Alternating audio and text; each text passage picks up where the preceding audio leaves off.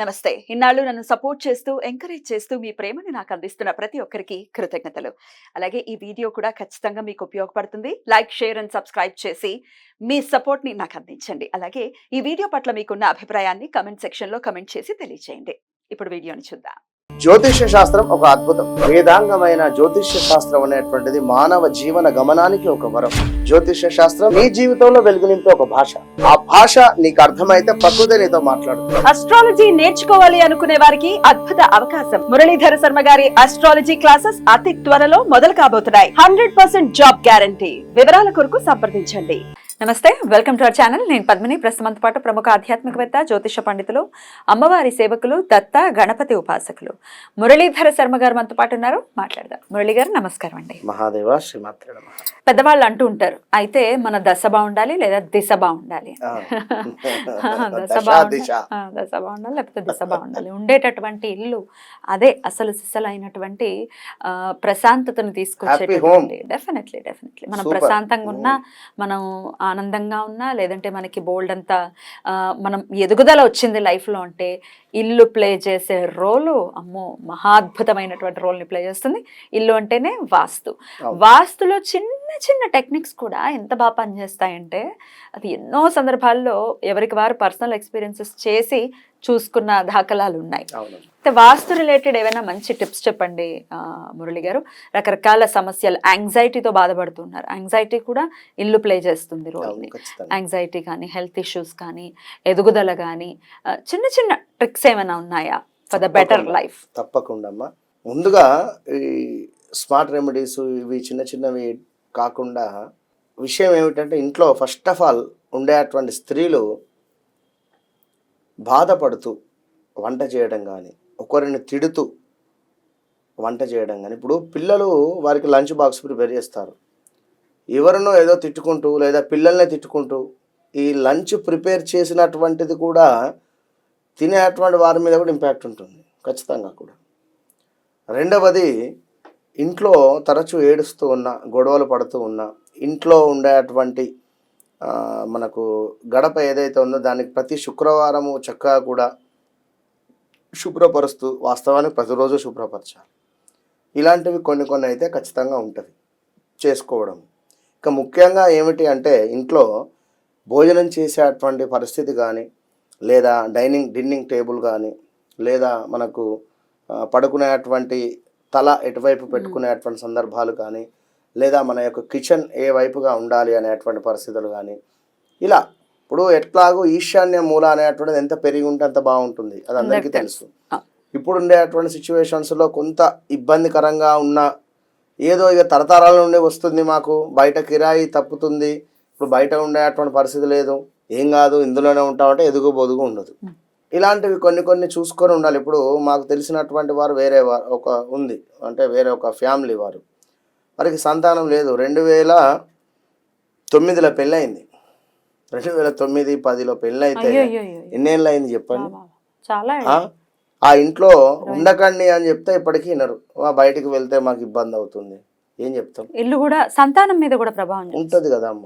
ఆ ఇంట్లో మన ఇంటి నడి మధ్యలో బావి ఉంది. అసలు దాన్ని ఇంటి వెనకాల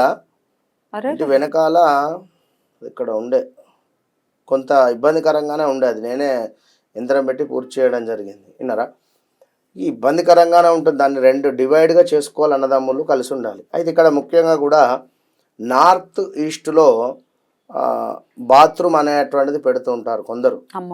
కొన్ని సందర్భాలలో నార్త్ ఈస్ట్ ఈ సందర్భాలలో. వెనుకటి కాలంలో అలా ఉండకూడదు. అలా ఉంటే చాలా ఇబ్బందికరమైన పరిస్థితులు ఉంటవి. దీంతో పాటుగా మనం ఇప్పుడు ఇంట్లో అటకలు వస్తాయి. సో తెలంగాణ సైడ్ సజ్జలు అంటారు. ఇది ఇంట్లో ప్రతి రూమ్లో మామూలుగా సెల్ఫ్స్ వస్తాయి. ఆ యొక్క సెల్ఫ్ పైన కొన్ని వస్తువులు పెట్టుకోవడం. అయితే ఇక్కడ మరొక విషయం ఏమిటంటే, ఎగ్జాక్ట్లీ దాని కిందనే బీరువా పెట్టుకోవడం. ఈ బీరువా డైరెక్షన్ ఎట్లాగో మనం చెప్తూ ఉంటాం, ఉత్తరం వైపుగా చూసే అటువంటి విధంగా.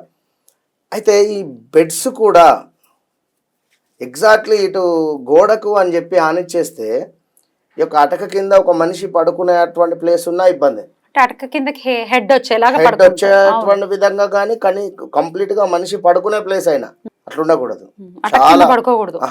ఘోరాతి ఘోరమైనటువంటి ఇంపాక్ట్ ఉంటుంది నెగిటివ్. అయితే ఇలా సో అటక కింద ఎటువంటి అటక కింద పడుకోవద్దు, తల కూడా పెట్టేటువంటి పరిస్థితి పెట్టవద్దు. ఒకవేళ అటక ఇక్కడ వరకు ఉందంటే పోనీ ఇక్కడి నుంచి పడుకో, పర్వాలేదు. సౌత్ వైపు గాని ఈస్ట్ వైపు గాని చక్కగా కూడా ఈ వైపులోనే తల మనం పెట్టుకొని పడుకోవాలి. మిగిలిన దిశలలో పెట్టుకొని పడుకోకూడదు. దక్షిణం వైపు తల ఉండాలి ఖచ్చితంగా, తూర్పు వైపు పెట్టుకోవచ్చు. అయితే ఈ విధంగా మనకు సౌత్ వైపు కానీ లేదా అదే విధంగా ఈస్ట్ వైపు కానీ తలపెట్టి మాత్రమే పడుకోవాలని చెప్పడం జరుగుతున్నది. మరొకటి ఏమిటి అంటే నార్త్ అండ్ ఈస్ట్ వైపు కూర్చొని మాత్రమే భుజించాలి అన్నం తినేటువంటి సందర్భాలలో.